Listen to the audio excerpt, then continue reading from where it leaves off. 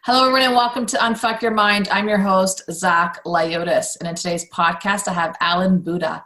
Alan is a coach, human design consultant, and tarot reader who calls himself the life direction detective. When Alan was 4 years old, he asked his mom, "Mom, have I lived before?" And when all his mother said was, "Yeah," and didn't explain to him how reincarnation worked, he knew he was on a planet that needed help because the big people didn't know anything. Today, he is a certified and level 4 human consultant who helps people understand their soul blueprint so that they can optimize how they live their lives in the real world. When he isn't revealing a client's soul blueprint, he can be found leading a Starseed group, reading tarot cards, and working on his old car, a mid-1990s Saturn. Alan, welcome to the podcast. How are you doing? I'm great. How are you doing today? I'm fantastic. Thank you for being on here and really stepping into your life direction detective. I really like that. Tell us a little bit about human design. For those that don't know. I discovered this system in late 2011, early 2011, something like that. And I got my reading done and I said, oh, this is an interesting system. I like what this is, and I need to know more about it. So I had a full reading done with the person who is now my teacher. And about 15 minutes in, he's telling me that your mind is always going 24 hours a day, 7 days a week. And I said to myself, how do you know this just from my birth date, time, and location? I need to know more about this. And, like I say, when I was 4 years old, I asked my mom, have I lived before? And she goes, yeah. I'm like, that's it? You don't know anything here.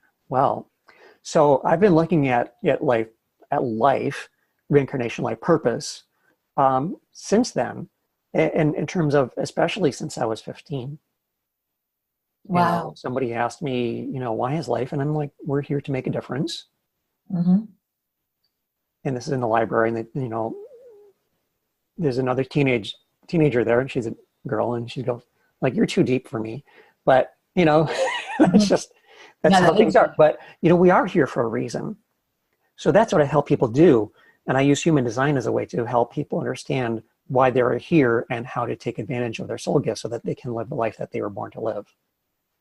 And that's a beautiful thing, because not many know who they are first and foremost from a soulful level, because we've been so imprinted with beliefs and patterns and all this other stuff of what a masculine energy is, what a feminine energy is, what our purpose is here on the earth. Like, masculine is here to protect and to provide. A woman is to nurture and protect, and, all that stuff. So we've been given these outlines of who we are as masculine, feminine. But when we get to know who we are on that soulful level, we open up a whole different world. So with human design, you're looking at the soul more than anything. Doesn't matter masculine, feminine, I would assume. That's correct. We are looking at the soul's design for this lifetime. And so we're looking at, your birth data that you would use for astrology, and in fact, the same exact thing. In fact, astrology is part of human design. And so we're looking at that choice that you made when you came into this life. What did you come in to learn? What did you come in to contribute? What is it that you are here to do? How do you do that? What sort of skills do you have that you brought with you into this life that you are going to use to make your dent in this world, to contribute? Because when I look at my worldview, it's like I believe that we are all here for a reason, and I want to see everybody living their soul truth and doing their soul purpose in life and contributing to this planet where we all have the ability to contribute to each other's evolution. Beautiful. Yeah, I think that's what we're here for, is to contribute to one another on so many different levels. So when someone looks at their chart, what is it that they could see about themselves? And does it help? I know, like we did talk about, it helps on a soulful level, but does it help to disintegrate pieces of the ego so you could recognize a greater sense of who you are in your divine birthright? I don't know if it helps to disintegrate the ego. The chart is fairly, well, the chart will not make sense to most people unless you've actually learned like what all the lines are in the chart. It's best to have a guide who's going to guide you through what those mean and really start from a basic level and build from there. So, but some people, if you wanted to look at your chart, you could say, oh, you're this particular type. In astrology or in human design, there are 5 different types. And from that, we get an idea of, how it is that you should be living your life and interacting with people. Whether you're a sensitive person, whether you might be somebody who is a little bit more of a person who is able to go and get things done. Or maybe you are the person who's sort of the director of the movie set sort of person. Okay. And so there's a lot of things that we can tell from the chart. And in terms of when, it's not going to necessarily dissolve the ego. Like ego is not necessarily a bad thing. It's got a bad rap. Absolutely. I think what happens is we have misdirected the ego into thinking that's who we are. And the ego is really just meant to be as something that is out there in the world to look at the world and to help us understand the world in terms of reflecting back. And also it does actually help us take care of ourselves. The ego is there to help us defend from people who don't mean us well. Yes. So that's part of the ego's function. But so it's not going to necessarily dissolve the ego. It will help to show people who they are on a soul level, who they are on the inside.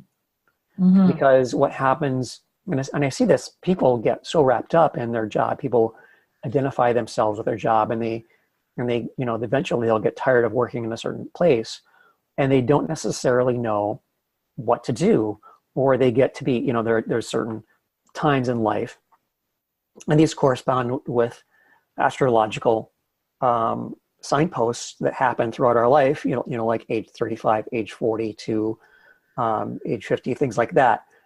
Those are the times where people are going through change. Saturn return, age 27 to 29, 30.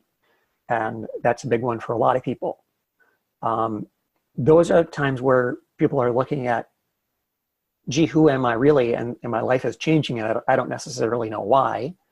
And now I need to step forward to being somebody different in terms of who I have been, and I'm not quite sure how to do that.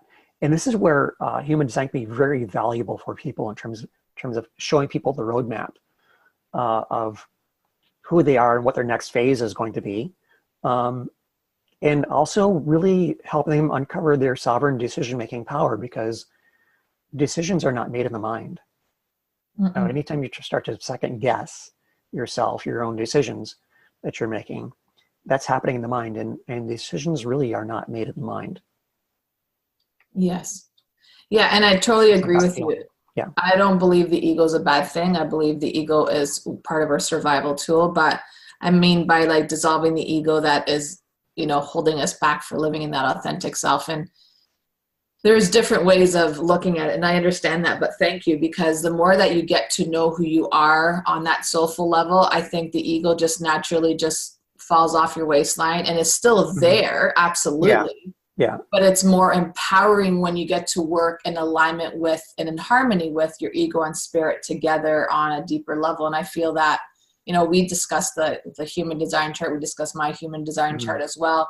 And it actually makes me think, or it made me think like, yeah, that is truly me. And okay, I'm okay with that. And it's not something that is on an egotistical way thinking I'm, this, I don't think anything of myself too highly of it, but I should maybe think of myself on a higher scale, because that's my human design and that's who I am and stuff like that. So, it plays such a huge role. So it's beautiful that there is this roadmap to help us foresee who we truly are on that soulful level, next to, if you're looking at Mayan astrology or if you're looking at basic astrology, but what I found with the human design, it goes a little deeper than that.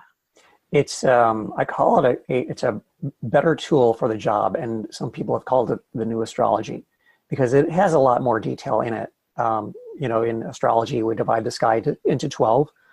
For the 12 signs of the zodiac, in human design, we divide the sky into 64. And, you know, from my point of view, you know, 64, you have a lot more information there that is in some ways more revealing to us faster and easier to, and it is presented to us in a way so that we can understand what we're here for and how to live our life in such a way so that we can create abundance for ourselves, so we can, you know, make the right decisions for ourselves, and have an easier time of life to move through with that flow of what we are designed to be, what we're made to be, instead of trying to swim upstream. What would be the 5, is it the characteristics of the human design chart? Is that what it is? Well, there's the 5 types. The 5 types. And maybe that's what you're referring to. Yes. And so just a quick overview, you know, for most people, they are a generator. Okay. And 70% of the population is some type of generator. These are your doers, the people who are the workers who are having to go out there and do things and want to go out there and do things, who have the energy to work all day and then go out and party until midnight and get up at you know, 6 o'clock the next morning and go to work again and be fine. And not everybody is that way, but that's 70%. So we are living in this world where, you know, the generators are the ones who set the beat and the pacing. So that's why I mentioned them first. There's a subset of that, which is the manifesting generator. That's about 30% of the world. So you have maybe 40% generators, and then another 30% of the generators are the manifesting generators. And so they are a generator with manifesting energy. And so they are their own distinct type. But in general, you could say that they're part of the generators because they have the generator energy. And there's different ways of looking at that, but they are their own type. And so these are the generators who not only are great at having a lot of energy, but they are also great at self-activating in terms of, oh, I want to go do this, so that they can start off and they can go do that. And they can also change horses in the middle of the stream. Like if they have one project going, they can change a lot of things without having to go back and like retool everything from the beginning, the way a regular generator might. The third type would be the manifester. And the manifester is about 10% of the population. So, you know, not that many of them, so 1 out of 10. But they are the ones who are out there, who would be the ones who are, you would say, calling the shots. I think of them as would be the director on the movie set. They're not necessarily the ones doing the work. They're the ones who are saying, do this, do that. And so, you know, they're the ones who get a lot of pushback in life. It's like, you know, I don't really want to do that. Why do you get to say that? You know, it's like, well, those are the manifestors. So they're out there manifesting things.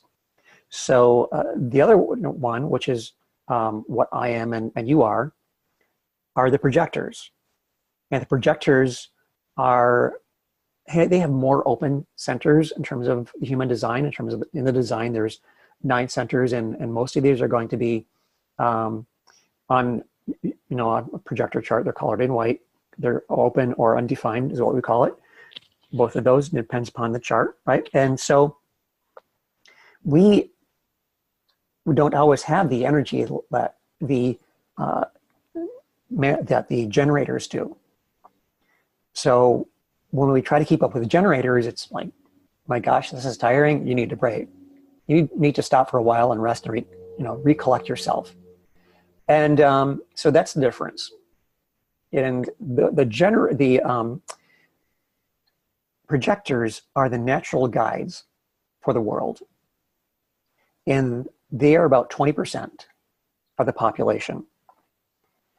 And there's one more, which is 1% of the population, and those are the reflectors. And they are much rarer type. I know about 2 of them. So yeah, 2. So you probably meet them all the time, but they generally probably will not go out an awful lot, right? Because they are very sensitive. And when we look at their chart, all of their centers are colored in white. They don't have any active centers, and they are generally know themselves as very sensitive people, and they don't always know why. Interesting. Now, I know I used to be a generator because I used to be a person. I used to party all day, work all day, party all night, I should say. A lot of projectors live as generators. Interesting. I was going to ask you that. Yeah. So you never really have been a generator in this lifetime. So your design is that of a projector. So, but a lot of projectors live as generators because the generators are 70% of the population and they set the pace. So a lot of times it's like the projectors are trying to keep up with the generators. It's interesting you say that, because at the end of the day, I've had a lot of people say they're trying to keep up with me when I was younger. Now I can't care less to live that kind of a lifestyle. But when I was in my 20s, I guess, it was interesting because I've had a lot of people say, Zach, it's hard to keep up with you. And I'm just like, I'm just doing what I want to do. I'm always on the go. I can't sit still. I'm this. And now being, in my 40s, I'm just like, I used to do that. You won't catch me doing half of that stuff now. Yeah. Now I'm just like, I'm happy, just chill out. I'm happy to be in my space. So can you maybe in your younger years be in a different characteristic realm or a trait, Oh, definitely. I think, you've got a lot more energy in your 20s than you do in your 40s. Or you just have grown and awakened so much that you can. I think that a lot of this, a lot of that, 20-something energy and excitement goes away when you are in your late 20s and you go through Saturn return. And what happens is people start to mature and they don't go out to bars as much. They want to, figure out how to live their life. And they said, oh, I'm going to be, 40 in 10 years at 30 years old. People discover this at their Saturn return and they start looking at things a little bit more seriously in a lot of ways. And they maybe at that age, they don't have the energy to go out at night all the time that they used to. And, in terms of somebody else's design, like some projectors have more power in their chart, so to speak, than other projectors. Oh, okay. And your particular design, you have that root center defined or colored in. And then you have that wired up to the splenic center via a channel. So, that's the basics. That root center does give you a little bit of a drive to live that life. But as a projector, you sort of mature into yourself. And, at age 40 or so, there's another transition that happens astrologically. And we could say, no, it's not midlife. If it's not, life begins at 40, it's midlife crisis, one of the two, right? And I'm laughing at that because I don't feel like I'm even 40. That's the funny part. Yeah. Well, good. So at age 40, a transition happens. And, it's been said that, before the age of 40, we are a body with a spirit. And after 40, we are a spirit with a body. And so that sort of changes the perspective a little bit. Absolutely. When you get to that stage, you're looking for more meaning in life.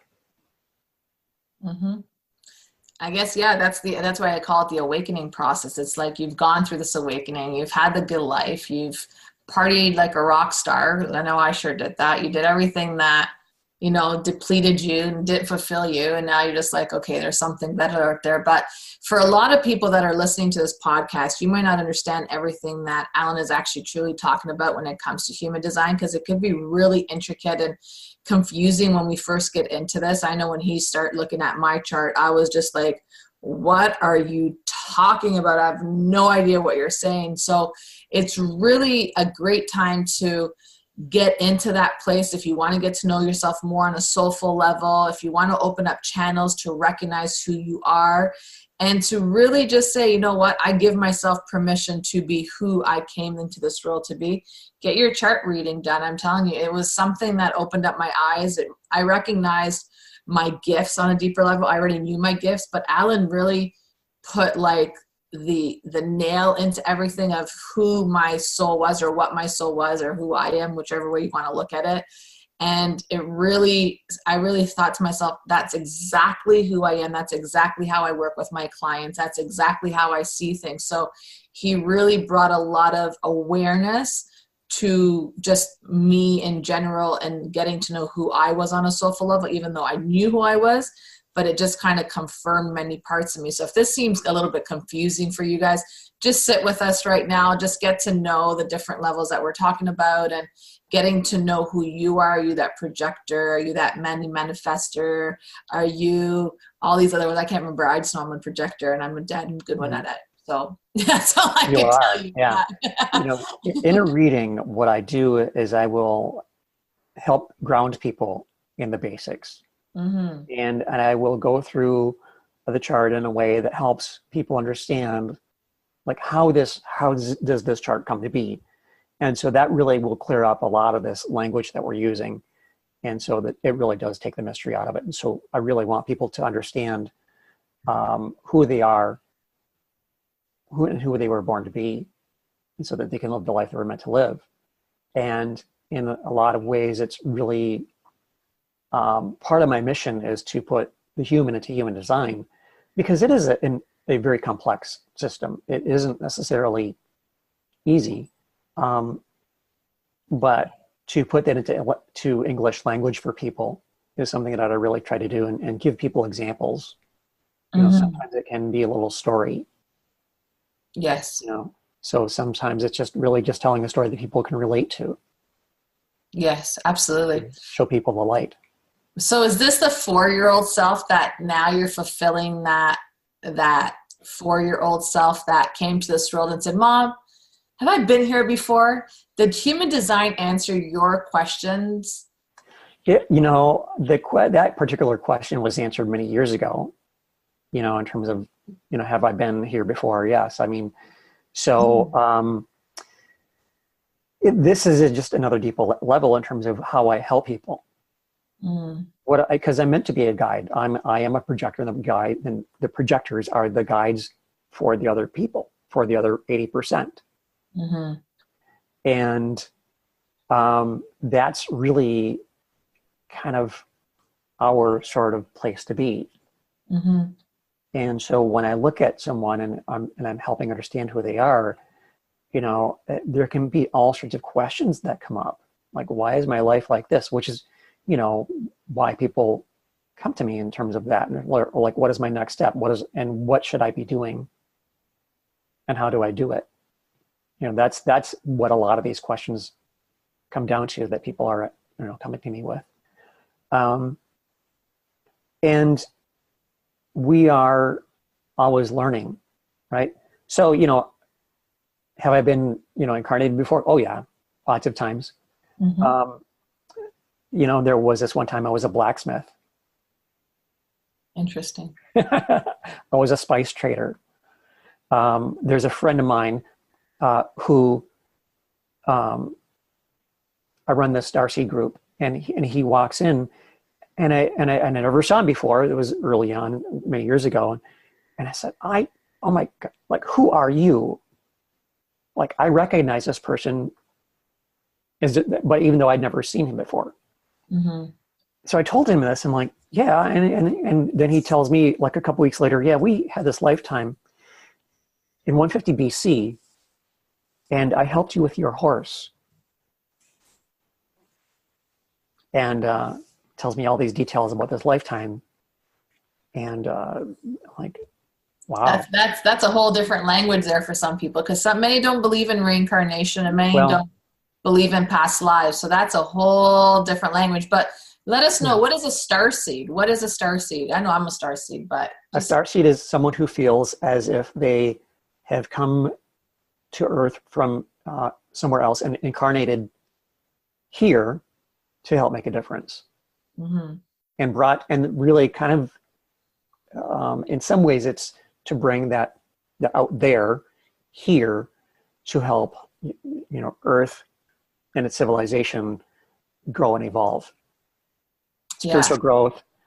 Some people are technology people. Mm-hmm. It all depends upon who those individuals are. Again, it's their path and their design. Yeah, and there's so much. I mean, there's so many starseeds right now that are great teachers, or great spiritual teachers. They're great leaders and activating individuals. I know when I found out, I think it was maybe, I want to say 12 years ago, someone said to me, "You're a starseed." I was like, "What are you talking about?" And they said, "Well, look it up." And I read through like all these different, titles of who we are. And I was like, I feel like I'm a lot more than a starseed. And then I started digging into, getting to know my past lives. And a lot of people were just like, "What are you doing?" I'm like, "I'm getting to know me. I'm going to study me." Because a lot of my friends find me interesting. And I'm just like, I don't think there's anything interesting about me, people. And they're like, "Oh my God, are you kidding me? You have the best stories. You're hilarious." I'm just like, okay, so it's time to study me, even though I know me, but I want to know the past of me, where I came from and all this. And I started doing that about 6 years ago, the last 6 months intensely. And I realized, you know what, I got to give myself more credit where credit is due. I give everyone else credit. And a lot of my clients say this to me as well. "Zach, you need to give yourself more credit, because the work that you do, you don't realize it because it comes natural to you. You want to do it. You create this thing. Yes. Right?" And so I got to learn parts of that. And it's just a matter, I find, even with, what you do with the human design or any other thing, is that we really have to have an open mind to recognize so much more of who we are. And I find that because of the beliefs and the imprints from childhood that were put onto us, we get lost in that rather than saying, "You know what, there's more to me on this earth." And once I release that, I will get to know me on a better level. So I know, I always crack up jokes with you, Alan. I'm like, "Alan, you're an alien. You're an alien, Alan." But I love you, right? And people always look at, "Why do you call him that?" I'm like, because I said, I connect with the aliens. I love the aliens. I think they're brilliant beings. They came here to change the world and to awaken us to a different level of consciousness. And through your work, that's exactly what you do. Through your human design and through your coaching, I know you do that. I could feel it, right? Yeah, So, that's basically what I do. And, in terms of this, you called it something you said about the imprinting and things that we grew up with. And, I think that's part of what human design can do, is to really bring us back to ourselves. Because we've been imprinted, because we have, we grew up with cultural conditioning or social programming about do this, do that. Some of it's good. Like I use the example of a stop sign. Stop signs are great. They keep us from, driving through and crashing into another car. So that's an example of something that has been conditioned into it. Like we see that particular symbol, we know what it means, even just by the shape, right? And so that's part of our culture and our civilization that is very useful to us. Yeah, in this particular nation, right? So at the same time, there are things that are not necessarily good for us. And when we look at their civilization and where it's headed, part of what Starseeds should be doing, and everybody should be doing, quite frankly, is learning to deprogram themselves.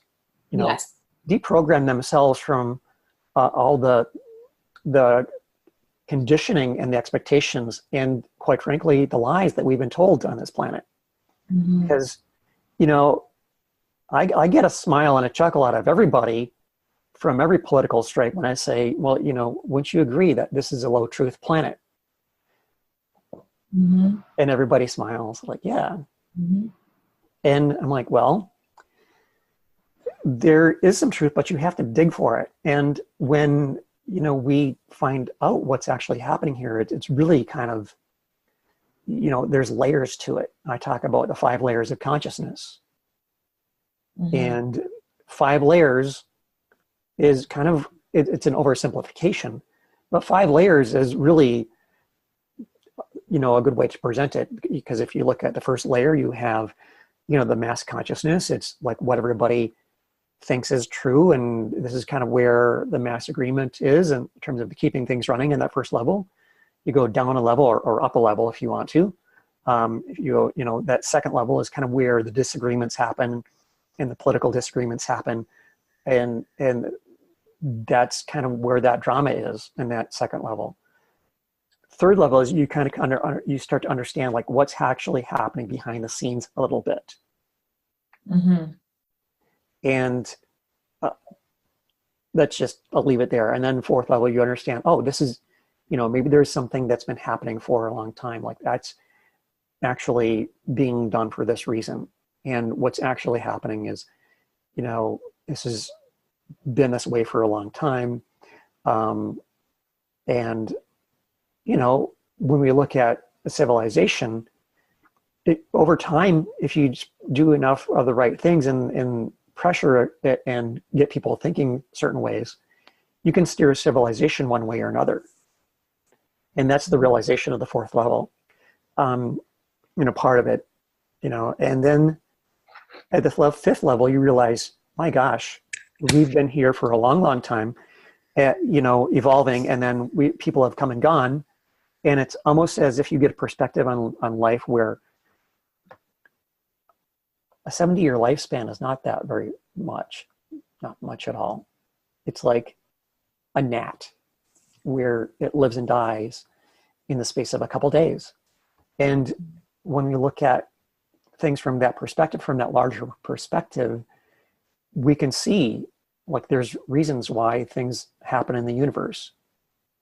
We get to see the secrets of the universe at that level. Mm-hmm. We understand that there's cause and effect and how things can be steered over not just hundreds, but thousands of years. And who some of these avatar beings are who've come and gone. And we start to see how things are connected. And it starts to knit together in mind. And that's a level that most people don't really ever connect to. Most people maybe only get to level 2 or 3. So that's what we were dealing with in our civilization. And so I try to understand people. People are really fascinating. That's why I do what I do. And I just try to help them activate who they are, mm-hmm. so that they can do what they came here to do.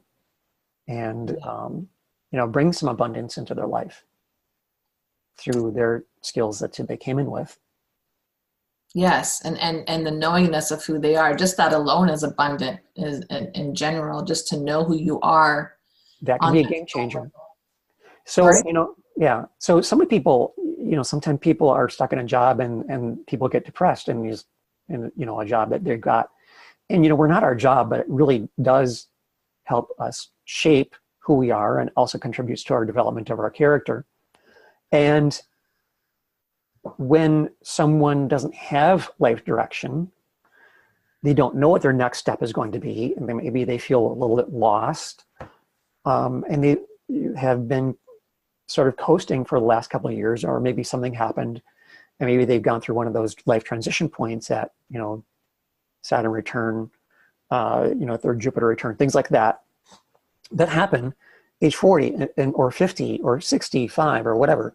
Right? They're retiring. Those are the places where people need to maybe reset and pull back a little bit and say, gee, I need to look at things in a new way. And when people are losing direction, they can get into a little bit of a funk.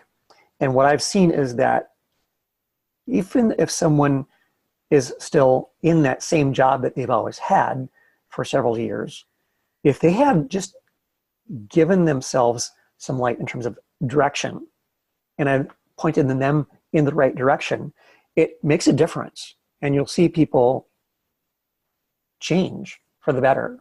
Like they have more patience with themselves. And they can start taking steps, even, on an everyday basis or a weekly basis, taking steps to change their life, to move towards what it is that they're here for, or to optimize their way of being. Yeah, and that's the thing. When you know when you know what you came here to do. It could be, you know, I've had people quit their jobs after they come see me. They're like, Zach, I'm just not happy. And I'm like, then why are you staying there? And next thing you know, they're quitting their jobs. I'm like, oh my God. I've had a couple of people do that to me. So I get it. And now they found their happy place. They're so excited. They feel like they're living on purpose. They're on mission, you know, even though sometimes that their reality might not be what they thought it should be or think it should be, you know, and they're still working towards things. It just all of a sudden becomes that. And it's just like, wow, I didn't think I could live this kind of a life not working for someone else. And they find that happy place. So exactly what you're saying, that you could be in that job, but taking those small steps to start living in your purpose. And human design could answer a lot more questions than you could ever imagine. I know I look at my chart every so often. I'm just like, I got to really dig into this. I've read so much about it. I've hummed and hawed about it. And I'm like, yeah, it sounds like me. I need to work through this. I probably have to remove this. So there's just so much that you could look at, but to look at it with fresh eyes or to look at it with someone guiding you, I think is such a huge advantage point for you to see yourself with new eyes, new lenses, new recognition, new knowingness, and to really be able to climb this ladder of enlightenment, because it is a ladder. You're not going to just get up one day and say, I'm enlightened and, you know, I'm woke, as they say. I'm woke. Well, it takes time to get to that place. Even though I've been doing this for so long, you know, cancer, I got in 97 and I had my spiritual awakening moments, but then I fell into depression and I had to go through more spiritual awakening. And that's part of my chart. That's something that I do. I'm a fighter when it comes to stuff like that. Right? So I realized that, okay, so do I need to keep on fighting through life like this? I'm like, you don't. You don't need to do it anymore, because I put all my charts together, did the human design, and then I did my mind astrology, and I did my other stuff, and I kind of looked at everything all together, and I thought, okay, when you look at your mind astrology, life will change at 50, but now that you are way ahead of yourself, you could start changing that now, because look at your human design. So I put all my charts together and got a clear perspective of who I was, where I was, how I was, to where I am now, and what the creation is, as I, you know, plug in every day and continue going with life. So I think everyone should get their human design so they could recognize a part of themselves that I can guarantee you is dormant, or as some people will say, maybe dead, or it's still sleeping, or whichever way you want to look at it, so that you can awaken to so many more possibilities and see so much deeper within your soul, and remove those imprints that were put on us as children, regardless of your masculine or feminine energy coming through. I think to get to know yourself without any belief systems or patterns or your parents' wounds that they put on you, and get to know yourself on this different level, I think is just gold. Yeah, it is. And it sparked something within me in terms of that. It sounds like you've done some really dynamic work in terms of putting the charts together. You know, just to keep things simple, I would encourage people to just get to know their type and learn how to live their type first. And because that is really the foundation of everything else. You know, as projector, you know, you understand like, oh, you are this way. If you're not really being who you are, you know, projectors feel bitter, things like that. And, you know, you need an invitation, because that's just how that's the strategy of the projector in terms of how do you move through the world, is you get an invitation. That's so funny, because I'm a person that invites myself places. That's it's sparking that invitation. And it's not necessarily always waiting for that invitation. It's like, you know, ask for an invitation, or sometimes just, you know, speak up. And if you get recognized, great. If you don't get recognized, well, maybe that's not something you want to, you know, somewhere you should be or want to be. Yeah, it's funny that you say that, because do you know, all my life growing up from grade school right until maybe probably about 10 years ago, I would give people like I was never recognized for the work that I did or for the input that I would give. And someone else would always get like, oh, Sarah told us this. I'm like, no, but Sarah didn't tell you that. I told you that. And I would never say anything until I was going to this job and I gave this lady like this $1 million idea. And I'm like, I think you should be doing this because I think it would, it spark a lot more, getting to know your client on a deeper level. And so I went into work one day and she goes, oh, Margaret told me to do this. And I looked at her and I go, I think you should get to know who told you what, because I'm the one that told you that. And guess what? I'm out. I just at that point had enough of not being recognized. And I said, enough of this. It's been, 30 years at this point. I'm done. I'm starting my own thing. You know why? Because I'm going to recognize myself for who I am. And then it started getting there where people start saying, oh my God, Zach, we talk about you at dinner. We talk about you here. And it's not that I want that. I didn't need it. But at that point, I just got so tired of putting in so much work and always being told that someone else came up with the idea. And I was like, no more of this stuff is going to go on around here. So it's interesting that you say that, because it took me a while to stand in my power and say, you know what? I'm not playing this game anymore. I know what I said. I know how I could help you. And I'm not going to do it for myself this time. I'm not going to do it for anyone else. And so it was interesting, but I wanted to go back with putting the charts together. That's a 2-year process. Yeah. That wasn't an overnight thing. That was a 2-year process. Yeah. You can't do something like that overnight. Like that's a total next level type of a thing. But I think because with my spirit guides coming through, with knowing who I am, and then having someone like you come in, the Mayan astrologer coming in, and then my basic astrologer coming in and giving me all this, and me asking those so-called right questions so I could get to know myself. That's what it was. So it takes time. This isn't something that, you can do overnight. Rome wasn't built in a day, but I really still look at the chart. I haven't looked at it lately because I've just been busy, but I still look at the human design chart and go, okay, what does this mean here?